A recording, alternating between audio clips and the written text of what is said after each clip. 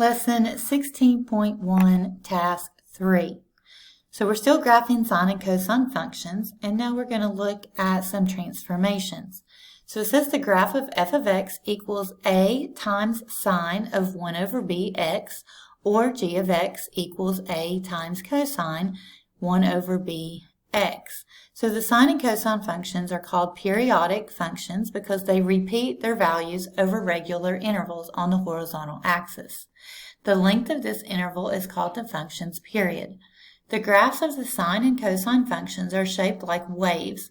These waves have crests, where the function's maximum value occurs, and troughs, where the function's minimum value occurs. Halfway between these crests and troughs is the midline of the graph. The distance that the crest rises above the midline, or the distance that the trough falls below the midline, is called the graph's amplitude. All right, so several definitions, okay? You need to know what a periodic function is. You need to know what the period of a function is, the midline, and the amplitude. All of those are important words to know. All right, what are the period and amplitude of the basic sine and cosine graph shown in the previous task? All right, so if you think about from the definition here, we're talking about the period and the amplitude, and the period is repeats regular values over a certain period of time. So if you remember, we were going around a unit circle, which is from 0 to 2 pi. So your period is determined based on 360 degrees or 2 pi. Okay, now you review the amplitude here. All right, so the distance that the crest rises above the midline, or the distance that the trough falls below the midline, is called the graph's amplitude. So your amplitude goes up to 1 or down to -1 because it is on the unit circle. So from the midline up would be 1, and the distance from the midline to the lowest point would also be 1. So that would be the difference. Your period is your horizontal distance. Amplitude talks about your vertical distance. All right, so which type of transformation do you think will affect the period of a sine or cosine function? Okay, I just gave that away. So the period goes from 0 to 2 pi. That's going across your horizontal. So that's going to represent a horizontal stretch or compression. All right, what type of transformation do you think will affect the amplitude? Again, that's your vertical. So that's going to be a vertical stretch or compression. All right, so the graph of f of x equals -4 sine of 2x, and g of x equals 2/3 cosine of negative x over 4, which is the same as -1/4 x, are shown. What are the period and amplitude of each graph? All right, so we can see that this one is f of x. All right, so here's f of x, here's g of x. So we're given the two graphs on the, this is, I call this trigonometric graph paper because instead of having intervals of 1, 2, 3, they're going to have intervals from 0 to pi or 0 to 2 pi because that's what you're looking at when you're talking about the unit circle. So the graph paper will be just a little bit different. All right, so the period of f of x equals -4 sine of 2x is, all right, so the period goes from here to here. Remember, the period's on the horizontal distance, so it goes from 0, and at pi, it starts to repeat again. Okay, so you're looking at one complete pattern. So from 0 to pi, so the answer to this first one would be pi. All right, the amplitude of this one is, okay, the amplitude is from the midline to the highest point, or the midline to the lowest point. So the amplitude is going to be 4. So you can see that comes from your a value. And the period of g of x, okay, g of x goes from here down to the bottom and back to that point. So from here to here is one complete rotation. So 2, 4, 6, it looks like it goes from 0 to 8 pi. All right, and the amplitude of g of x, it goes from 0 up to, here is 0.5 and there's 1, so this would be between 0.5 and 0.75. So between 0.1 and 0.75 would be about 2/3. All right, so we got those numbers by just looking at the graph here.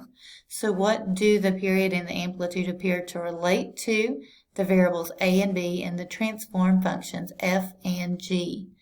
All right, so you can see f of x equals a times sine of 1 over bx. And if we look back up here, all right, so the -4 relates to the amplitude, that would be your a, and then the number inside next to your x, you can see this number here is your b. So you can see that the period is related to b and the amplitude is related to a. So the period is 2 pi times b, because it's in between, it's always relating every function to the normal function, parent function, which goes from 0 to 2 pi. So 2 pi times b, and the amplitude would be the absolute value of a. All right, and the reason this is the absolute value of a, because it's the distance from the midline. Remember, distance has to be positive. So if you go from 0 to 4, that's 4. If you look at from the midline to the bottom, from 0 to -4, the absolute value of -4 is still 4. So the amplitude here is going to be a positive number, even if there's a negative number in the trig function. So remember, the negative here is going to determine whether it goes up or down, like whether it's a reflection across the x or y. But the amplitude is actually the absolute value of a. All right, that's all for task 3. If you have any questions, let me know. Lesson 16.1, task 4. All right, so we're going to create f of x equals a sine of 1 bx, or g of x equals a times cosine 1 of bx from a graph. So this is talking about transformation still of your parent function. So in the previous task, you saw that a and b are related to the amplitude and period of a function. F of x equals a sine of 1 over bx, and g of x equals a cosine of 1 over bx. All right, so if we look at the amplitude and period of a sine and cosine function, we determined that the amplitude was the absolute value of a, and your period is based on 2 pi times b. So 2 pi, remember, that's 360 degrees. So we're talking about 1 complete rotation around the unit circle. And then b tells you that horizontal distance between whichever function you have. So if b equal, or if it's 1b, that means it's like 1 complete rotation happens within that 360. If it gets smaller or larger, then that number would change. All right, so these are your 2 general functions here. And it says, given the graph of a trig function, you can write its equation by using its key characteristics.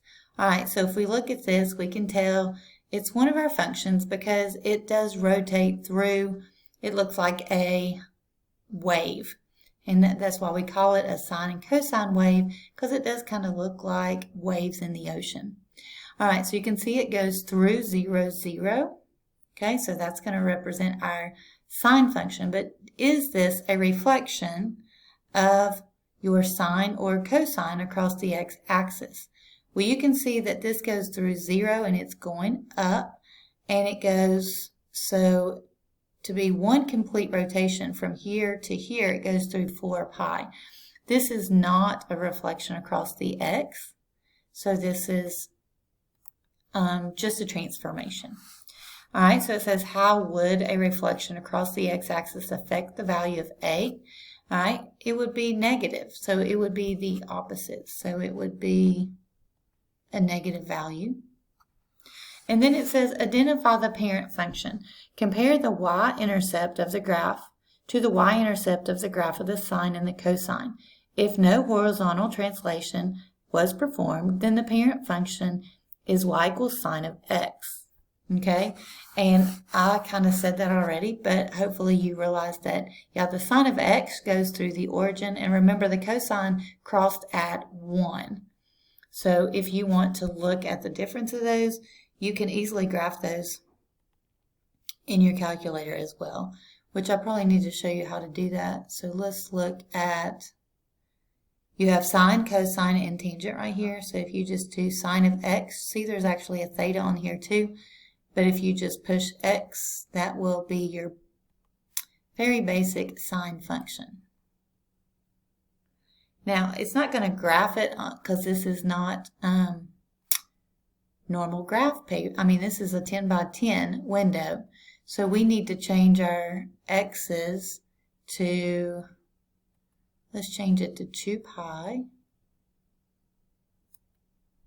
And let's change the negative to negative 2 pi.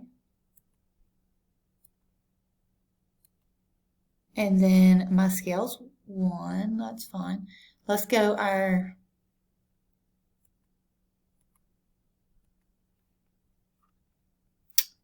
give me just a second. All right, so I do have minimum at first, so I do have to hit negative 2 pi first, and then I'm going to hit 2 pi. And then I know my maximum, I know sine and cosine both go from negative 1 to 1, so let's just make it a little bit bigger so it doesn't go all the way to the top. And then if I hit graph, okay, so it still doesn't look like this wave. So here I need to go to mode and see, all right, see this is in degrees, and I put in 2 pi, 2 pi is in radian. So if I'm going to graph it in radians, I have to change this to radians here, and then when I hit graph, now it's going to look like my function. All right, so that's how you have to graph these in the calculator. So you would go to y equals and just graph sine of x to get the parent function in here, or you can graph any function in here, but make sure you change your mode to radian or degrees, whatever you're working with, and make sure that like you just change the window to fit it, and you still can use your calculator some. All right, sorry, got distracted. All right, so identify the parent function. Okay, we did that. And the y equals sine of x is what I just graphed in the calculator. Identify the amplitude. From the graph, you can see that the maximum value is 1/2. So if we look here, instead of going up to 1 and down to negative 1, we can see that it went up to 1/2. So halfway between these values is the midline, which is y equals 0. The amplitude of the graph is 1/2. Identify the period. The graph repeats itself on an interval of 4 pi. So we did look at that. So it goes from 0 to 4 pi before it starts to repeat again. Okay. Now, how do we find b from that? We say 2 pi times absolute value of b equals 4 pi. 4 pi came from the graph. This is just the general function. If you remember, we determined that in the last task. So your period is going to be 2 pi b. So we're going to set 2 pi b equal to 4 pi and then solve for b. So when we do that, we get the absolute value of b, which is 2. And again, the reason we're using absolute value, remember we're talking about a horizontal distance. The period is your horizontal distance. And distance can't be negative either. So to write the equation, y equals 1/2 sine equals 1/2 of x. So this would represent the amplitude, and this is going to represent your b value. And remember, b is 1 over b in the original formula. So all we have to do is plug it into the general formula here, and that's how we got our function. All right, that's all for task 4. If you have any questions, let me know.